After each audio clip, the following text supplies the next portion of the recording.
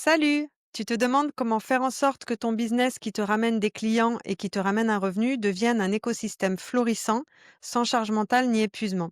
C'est ce qu'on va voir aujourd'hui avec une méthode en 5 étapes qui vont te permettre de transformer ton business actuel en un écosystème vraiment riche et dans lequel surtout tu ne t'épuises pas.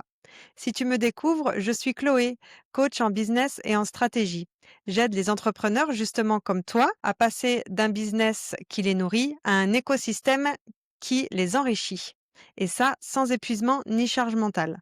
Ça fait 20 ans que je suis aux côtés des fondateurs de startups et d'entreprises, de solopreneurs et de business en ligne pour les accompagner justement en ce sens et je me forme en permanence. Et si je dois retenir une seule chose de ces 20 ans d'expérience, c'est que la croissance ne doit pas se faire à l'insu de ton énergie. Donc aujourd'hui, on va voir les 5 étapes que j'utilise moi dans mon coaching qui permet justement aux entrepreneurs de pouvoir se transformer. Donc les entrepreneurs que j'accompagne, la plupart du temps, ils ont des clients. Ça n'est pas un business qui vient de se créer, donc ils ont déjà des clients.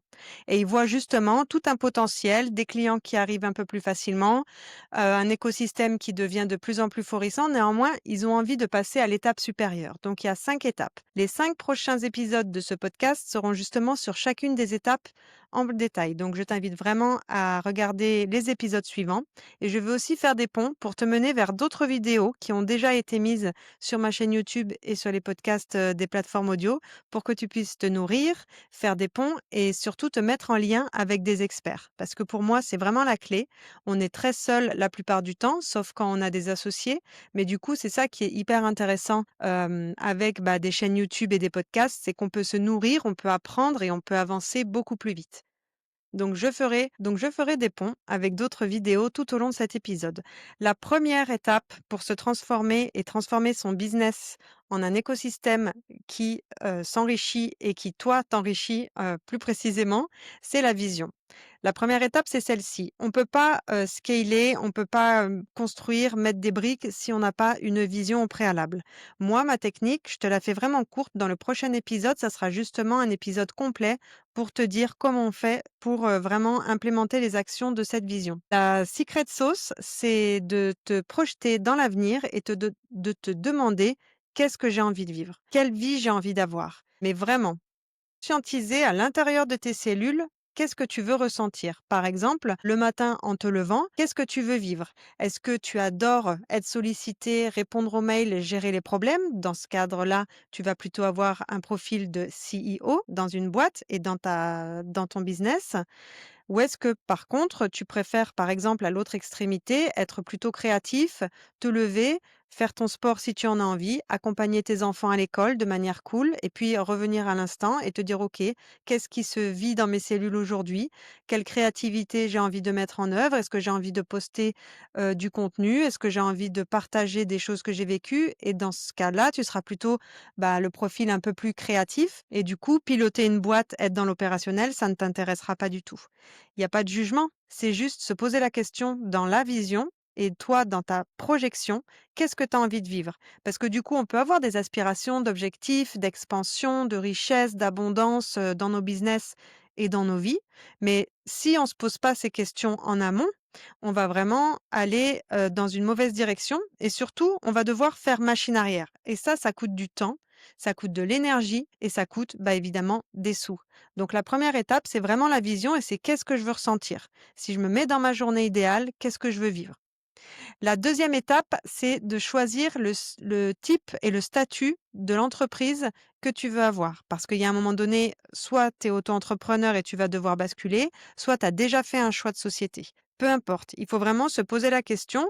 Ça, on peut vraiment être accompagné. J'ai fait une vidéo avec Loïc, qui est conseiller en gestion de patrimoine. Je te mettrai le lien en descriptif. Loïc, c'est pas seulement un conseiller en gestion de patrimoine comme on peut l'imaginer, qui va vouloir et pouvoir te vendre des produits qui seront adaptés à ta situation. Non, non. C'est quelqu'un qui va vraiment avoir un large spectre. Il va étudier l'ensemble de ta vie, savoir quelles vont être les rentrées d'argent possibles ou les sorties d'argent possibles dans ta vie et fixer des objectifs. C'est ça aussi, faire le choix de sa société. Est-ce que j'ai des enfants? Est-ce que je vais avoir des héritages? Est-ce que je vais vouloir donner de l'héritage? Est-ce que je vais créer des SCI? Est-ce que je vais créer une holding? Est-ce que je laisse tous mes comptes en banque en France? Est-ce que je vais investir à l'étranger? Est-ce que je vais multiplier, mes acquisitions clients et mes investissements? Est-ce que je vais créer un écosystème qui va avoir plusieurs, une diversité de revenus et du coup, bah, une diversité de sociétés. Donc c'est vraiment les questions à se poser à ce stade-là. Choisir une société, c'est pas simplement un statut et des avantages fiscaux, c'est vraiment, bah, déjà la première étape, c'était la vision, ça c'est la deuxième étape et c'est pas pour rien. C'est parce qu'on a une étape de vision qu'ensuite on va faire des bons choix stratégiques pour des statuts. Je reviendrai dans un prochain épisode sur cette étape-là. Je vais faire chacune des étapes aujourd'hui brièvement et les 5 étapes seront décrites dans des épisodes et on ira vraiment en profondeur pour que tu puisses vraiment te poser les questions et agir, prendre des actions et vraiment implémenter le business que toi tu veux voir fleurir. La troisième étape, c'est de faire un petit peu, un scan de tes offres, de tes services, de tes compétences, de tes capacités. Qu'est-ce que tu as aujourd'hui qui est en place? Qu'est-ce qui tourne? Est-ce que tu as des produits, qui tournent tout seuls? Est-ce que tu as des SaaS, des logiciels? Est-ce que c'est un service qui est seulement one-one? Est-ce que tu as des groupes? Donc c'est un petit peu. Donc c'est analyser tes offres, tes services, tes produits, te rendre compte, du coup, avec des KPI et des indicateurs, bah, qu'est-ce qui est rentable? Qu'est-ce qui rapporte le plus? À quoi tu passes ton énergie? Qu'est-ce qui te fait kiffer? Est-ce que c'est le one-one qui te fait kiffer? Est-ce que c'est plutôt d'être derrière ton ordinateur à faire des automatisations et à mettre des formations en ligne et après juste faire un petit peu de SAV et de support client? Mais c'est ça les questions à se poser, c'est qu'est-ce que j'ai déjà dans l'existant? Ça, c'est hyper important pour moi et c'est vraiment un conseil que je te donne. C'est par rapport à ton écosystème déjà existant, qu'est-ce que tu peux en faire? Et la plupart du temps, c'est des choses à enlever. On se dit toujours: «Qu'est-ce que je peux faire de plus? Qu'est-ce que je dois rajouter pour rajouter du revenu, pour rajouter du chiffre d'affaires?» La plupart du temps, il faut enlever des choses. Et d'ailleurs, bon nombre de mentors le disent, pour aller à 1 million de chiffre d'affaires, tu peux y aller avec un produit et un canal. Une fois que tu as poncé ce canal et ce produit ou ce service, après tu diversifies. Mais c'est pour dire que du coup, étoffer, diversifier son offre de produits ou de services, c'est pas forcément la bonne idée. On reviendra encore une fois dans un prochain épisode sur vraiment comment aller, dans le détail dans cette étape-là. Je te conseille une vidéo que j'ai fait avec Gaëlle. Gaëlle, elle avait un métier hyper manuel et c'est hyper riche de pouvoir voir son témoignage. Elle était, conductrice de travaux, architecte, pour, des paillotes, enfin elle a fait beaucoup, beaucoup de choses. D'ailleurs, ça serait vraiment trop court de le décrire ici, mais je mets le lien de cet épisode aussi, en description de cet épisode parce elle a vraiment diversifié et surtout digitalisé un produit et une expertise qui était manuelle et concrète. Donc c'est un super exemple de ce qu'on peut faire. L'étape suivante, c'est du coup une fois que tu as fait la vision, le statut de la société, l'inventaire de tes produits, de tes services, une cartographie, une analyse avec des chiffres, et cetera. L'étape d'après, c'est le marketing. Le marketing pour vendre évidemment tes produits et tes services. Donc moi, mon conseil, c'est de diversifier. Marketing digital, oui, à fond la caisse. Il faut être sur les réseaux sociaux, c'est notre vitrine. Prendre une boutique en physique, un local, des bureaux, c'est hyper cher, donc il faut surfer sur le digital. Par contre, il faut aussi le coupler avec des réseaux physiques. Pour moi, c'est comme ça que je vois, un business florissant et surtout en cas de pépin, de crash, de quel que soit, l'avenir, parce qu'en fait, il faut arriver à surfer sur les vagues du chaos, et c'est ça aussi que je fais avec mes créateurs, c'est vraiment se dire: «Si j'ai un pan de mon business qui s'effondre, pour quelque raison que ce soit», on a eu le covid, mais il peut y avoir, des tas d'autres situations.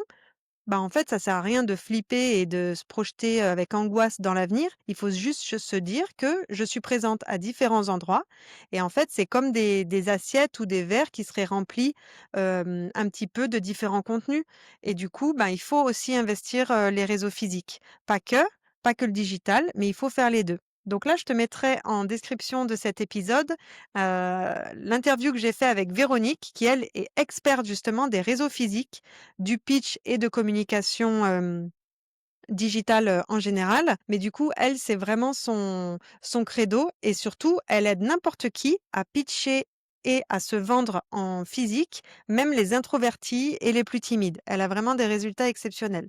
Donc je mettrai aussi cet épisode en descriptif, de la vidéo.